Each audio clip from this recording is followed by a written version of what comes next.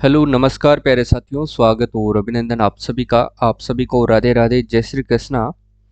आज अपन बात कर रहे हैं साथियों पशुओं के प्रमुख रोगों के बारे में। आज अपन डिस्कस करेंगे कुछ जो प्रश्न हैं जो इम्पोर्टेंट हैं आपके एग्जाम के लिए, वो मैं आपके लिए लेकर के आया हूँ।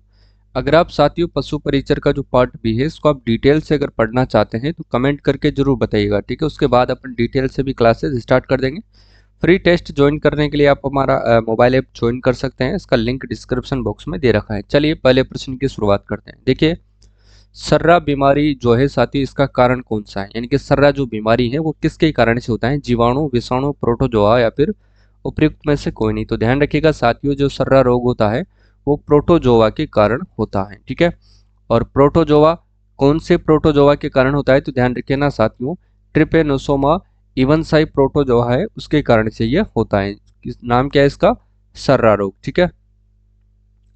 चलिए, इसमें तेज बुखार आता है साथियों, पशुओं को ध्यान रखना, और रुक रुक करके ये आता रहता है, ये आपको ध्यान रखना है, ठीक है।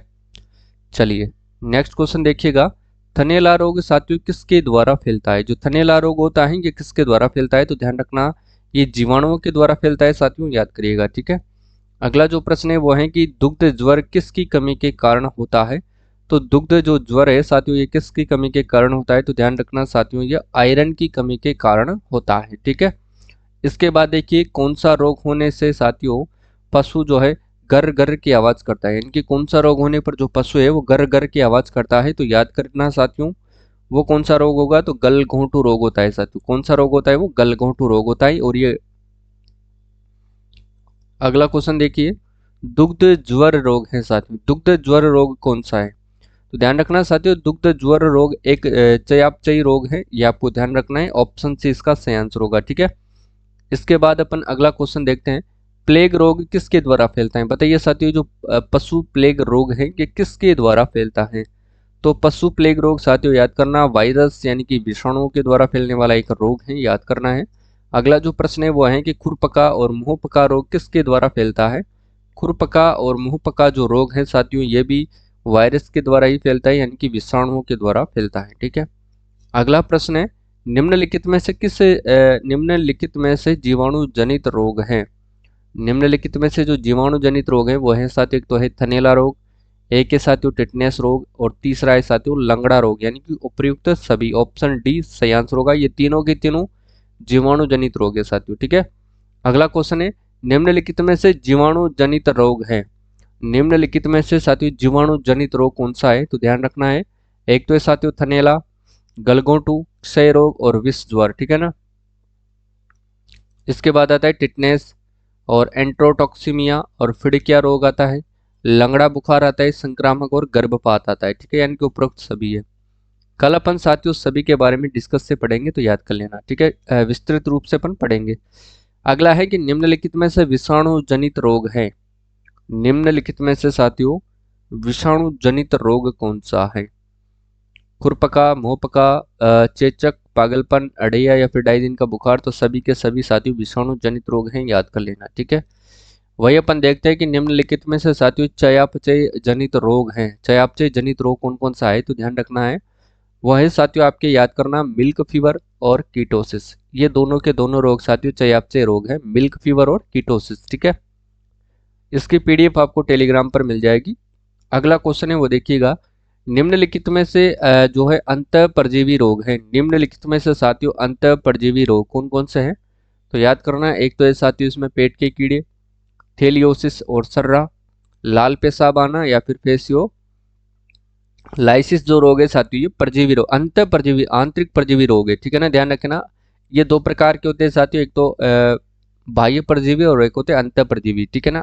परजीवी रोग के दो कारण है, दो प्रकार है, अंत और बाह्य, उनमें से ये अंत जो है परजीवी रोग है, याद कर लेना। अगला प्रश्न है, जहरबाद रोग के प्रमुख लक्षण क्या है साथियों? बताइए, जहरबाद रोग के प्रमुख लक्षण क्या है? तो ध्यान रखना, इसमें क्या होता है, पशु जो है साथियों लंगड़ा कर चलता है, पशु क्या करता है, खाना पीना बंद कर देता है, और पशु के अंतर्गत साथ एक तेज बुखार होता है जो कि 104 से लेकर के 106 डिग्री फ़ारेनहाइट तक रहता है।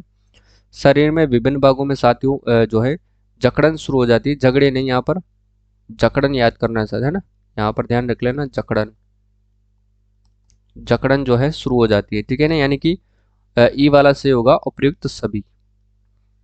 लास्ट प्रश्न है, सॉरी सेकंड लास्ट है। इसके बाद देखिएगा, एंथ्रेक्स रोग के प्रमुख लक्षण क्या है। एंथ्रेक्स रोग के प्रमुख लक्षण, इसमें भी ध्यान रखना, पशु को दस्त, खूनी दस्त होता है। लास्ट के अंतर्गत ज़्यादा जब ये रोग इसकी चरम सीमा पर आता है तो फिर पशु को खूनी दस्त होने लगता है। और जो गर्भित पशु है, जो पशु साथियों गर्भपात धारण कर रखा है, जो उनका साथियों गर्भपात होने का डर इसमें रहता है, गर्भपात भी होता है। ठीक है। शरीर का तापमान जो है 105 से लेकर 107 डिग्री फ़ारेनहाइट तक रहता है, ये ध्यान रखना है। मुंह, नाक और गुदा से साथियों झागदार यानी कि काला खून निकलता है। ये तीनों चारों इसके लक्षण है। और भी ज्यादा लक्षण है, उसको अपन जब डिटेल से पढ़ेंगे तो सारी बातों पर चर्चा करेंगे। ठीक है। ऑप्शन ही सही आंसर है। और आज का जो लास्ट प्रश्न है वो है कि जहरबाद रोग किस जीवाणु द्वारा फैलता है। इंपॉर्टेंट क्वेश्चन है भी साथियों, याद कर लेना। इस प्रकार के ही मैं आपको डेमो दिखा रहा हूँ कि किस प्रकार से जो है एग्जाम में आपको प्रश्न पूछे जाते हैं। ठीक है। तो उनका जो फॉर्मेट रहेगा साथियों वो इसी प्रकार से रहेगा। देखिए, जहरबाद रोग किस प्रकार के जीवाणु से फैलता है, तो ध्यान रखना माइटस या फिर बोफिलस या फिर क्लोस्ट्रीडियम सोविया या फिर कोई नहीं। बताइए इसका जो सही कारण होगा वो क्या होगा, ये आपको बताना है। ठीक है। तो इसका जो सही आंसर होगा साथियों, ध्यान रखना क्लोस्ट्रीडियम सोविया होगा, यानी कि सी वाला इसमें सही आंसर होगा। ठीक है ना। तो मित्रों, आपको ये प्रश्न कैसे लगते हैं। ये छोटी छोटी क्लासेज में साथियों इसलिए लेकर के आता हूँ, अगर आपको ये क्लासेज या फिर ये जो भी प्रश्न है, ये आपको अगर अच्छे लगते हैं, पसंद आते हैं, लगता है कि कंटेंट अच्छा है, या फिर इस प्रकार के जो प्रश्न है एग्जाम में बनते हैं, या फिर आपको लगता है कि ये आपके फायदेमंद होंगे, तो उसके बाद जो है अपन साथियों डिटेल से क्लासेस शुरू करेंगे। और सारी की सारी क्लासेस साथियों में आपको एनसीईआरटी और जो अपनी आरबीएससी की जो क्लासें हैं साथियों, एनसीईआरटी और आरबीएससी की जो क्लासें हैं 11वीं और 12वीं की, यानी कि 11th और एंड 12th दोनों की क्लासों की जो है पूरी संपूर्ण विवरण के साथ क्लासें मैं आपको यूट्यूब पर करवा दूंगा। आपसे एक पैसा नहीं लिया जाएगा। ठीक है। और साथ ही साथ वो आपको मैं 20 जो टेस्ट हैं, 20 टेस्ट भी मैं आपको फ्री दूंगा। आप ऐप पर डाउनलोड कर लेना। ठीक है। कुमाऊं जीएस के नाम से प्ले स्टोर से डाउनलोड कर सकते हैं। उसके बाद जो है वो आप वहाँ से थंबनेल आपको दिख जाएगा, या फिर आप फ्री टेस्ट में जाएंगे तो फ्री टेस्ट में आपको ये टेस्ट मिल जाएगा। रोजाना आप एक टेस्ट आप वहाँ पर दे सकते हैं। ठीक है।